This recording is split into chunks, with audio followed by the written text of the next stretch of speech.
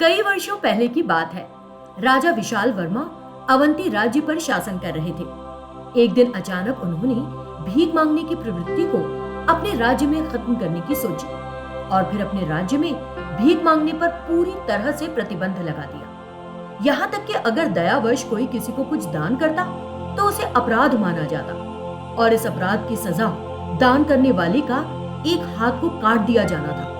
पास के एक गांव में मीनाक्षी नाम की एक गरीब लड़की रहती थी। एक दिन जब वो दोपहर में उड़द की रोटियां तैयार कर रही थी तो एक संत मीनाक्षी के घर आए और बाहर बरामदे में अचानक बेहोश हो गए। मीनाक्षी ने देखा तो उनके चेहरे पर तुरंत पानी छिड़का। संत ने होश में आने के बाद कहा, बेटी, मैं मिदांतो बोट रही हूँ। मैं तीर्थ यात्रा पर जा रहा था। रास्ते में चोरों ने मुझ पर हमला किया और मेरे सारे पैसे चुरा लिए।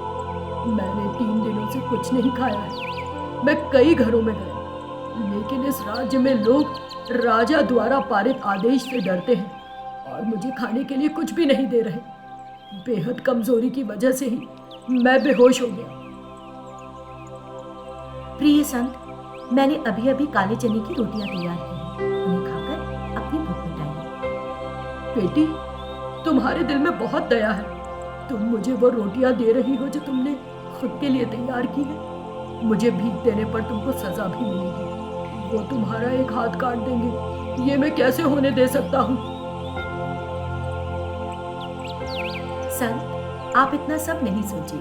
पहले कुछ खाकर अपनी कमजोरी दूर करिए। हाथ कट जाने से मुझे कोई फर्क नहीं पड़ेगा। फिर मीनाक्षी ने उस संत को काले चने की रोटियां दी। संत ने उन्हें खुशी से खाया और कहा, बेटी, तुमने मेरी जान बचाई है। मैं तुम्हारे इस उपकार को कभी नहीं भूलूंगा। इस तरह संत ने मीनाक्षी का आशीर्वाद दिया और चले गए। राजा के पहरेदारों ने देख लिया था कि मीनाक्षी ने संत को रोटियां खिलाई है। उन्होंने उसे राजा के सामने पेश किया। मीनाक्षी ने स्वीकारा कि उसने भूखे संत को काले चने की रोटियां दी थी। तुरंत राजा विशाल वर्मा ने अपने आदमियों को आदेश दिया, मीनाक्षी ने कबूल किया है कि उसने भीख दी है। उसका दाहिना हाथ काट दिया जाए। लेकिन मीनाक्षी के आत्मविश्वास से विशाल वर्मा विचलित था। वो उसकी सुंदरता से भी प्रभावित था। मीनाक्षी एक सुंदर लड़की है महाराज, जिसमें सभी अच्छे गुण हैं और उसका चरित्र बहुत ही अच्छा है। ये जानकर विशाल वर्मा ने मीनाक्षी से शादी कर ली। राजा की पहली पत्नी इंदुमती को ये बात नागवार गुजरी, क्योंकि मीनाक्षी का दाहिना हाथ कट चुका था। अपने अच्छे व्यवहार की वजह से मीनाक्षी दिन ब दिन राजा के करीब होती गई। इंदुमती से ये बर्दाश्त नहीं हो रहा था। उसने उसे राजा से दूर करने की सोची। वो सही समय का इंतजार करने लगी। कुछ समय बाद मीनाक्षी ने एक बच्चे को जन्म दिया। फिर एक दिन राजा को पड़ोसी राज्य से निमंत्रण मिला और वो वहां के लिए निकल गए। इंदुमती ने सोचा कि मीनाक्षी से छुटकारा पाने का यही सही समय है। उसने अपने सभी लोगों को इकट्ठा किया और कहा, मीनाक्षी एक चुड़ैल है। उसने हमारे राजा पर कुछ मंत्र फूके हैं, नहीं तो राजा एक हाथ कटी लड़की से शादी कैसे कर सकते थे? यह अजीब नहीं है? इस तरह उसने सबके दिल में संदेह पैदा किया। राजा की मां ने इंदुमती की बात पर भरोसा कर लिया और मीनाक्षी को शहर से बाहर निकाल दिया। राजा के पहरेदारों ने मीनाक्षी और उसके बेटे को ले जाकर शहर के बाहरी इलाके में छोड़ दिया। मीनाक्षी असहाय सी एक झील के किनारे बैठकर रोने लगी। कुछ समय बाद उसका बेटा भूखा होने से जोर जोर से रोने लगा। मीनाक्षी बहुत दुखी हो गई। फिर उसने अपने बच्चे को कुछ पानी देने के लिए सोचा और झील में उतरी। क्योंकि उसका एक ही हाथ था, उसका बेटा उसके हाथ से फिसलकर पानी में गिर गया। वो उसे रोक नहीं सकी और रोने लगी। इसी बीच संत मिदांत पोटलू वहां आए और उससे पूछा, बेटी, तुम ऐसे क्यों रो रही हो? क्या हुआ? संत, मेरा बेटा पानी में गिरकर बह गया।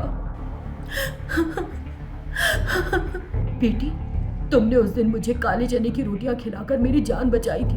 अब ईश्वर ने मुझे तुम्हारी मदद करने का अवसर दिया है। मैंने लंबे समय तक तपस्या करके शक्तियां प्राप्त की हैं, लेकिन मैं उनका इस्तेमाल अपने लिए नहीं कर सकता। संत, लोगों के भले के लिए अपनी शक्तियों का उपयोग कीजिए। मीनाक्षी ने उस विकट परिस्थिति में भी कोई मदद नहीं मांगी। संत का उसके प्रति सम्मान और बढ़ गया। बेटी, तुम जैसे लोग इस दुनिया में बिरले ही हैं। उस दिन तुमने मुझे 3 रोटियां दी थी, इसलिए आज मैं तुम्हें 3 वरदान दूंगा। जो चाहो मांग लो। संत, कृपया मेरे बेटे को सुरक्षित वापस ले आइए। तब संत ने कुछ मंत्र का जाप किया। तुरंत मीनाक्षी का बेटा जो झील में बह गया था उसकी गोद में दिखाई दिया। जैसे ही वो लड़का अपनी माँ की गोद में आया, उसने खिलखिलाना शुरू कर दिया। मेरी बच्ची, अभी भी 2 वरदान बचे हैं। प्रिय संत, मुझे और कुछ नहीं चाहिए। मेरे बेटे को वापस लाकर आपने जो उपकार किया है, मैं इसे कभी नहीं भूलूंगी। मीनाक्षी के कुछ और न मांगने पर भी उन्होंने उसका दाहिना हाथ वापस ला दिया। तभी पड़ोसी राज्य से लौट रहे राजा उस तरफ से निकले। मीनाक्षी और अपने बेटे को वहां देखकर वो हैरान रह गए। फिर उन्हें पता चला कि इंदुमती ने एक साजिश रचकर मीनाक्षी को महल से निकाल दिया। उन्होंने तुरंत इंदुमती को आजीवन कारावास की सजा सुनाई। तब से राजा बड़े प्यार से मीनाक्षी और उसके बेटे की देखभाल करने लगे।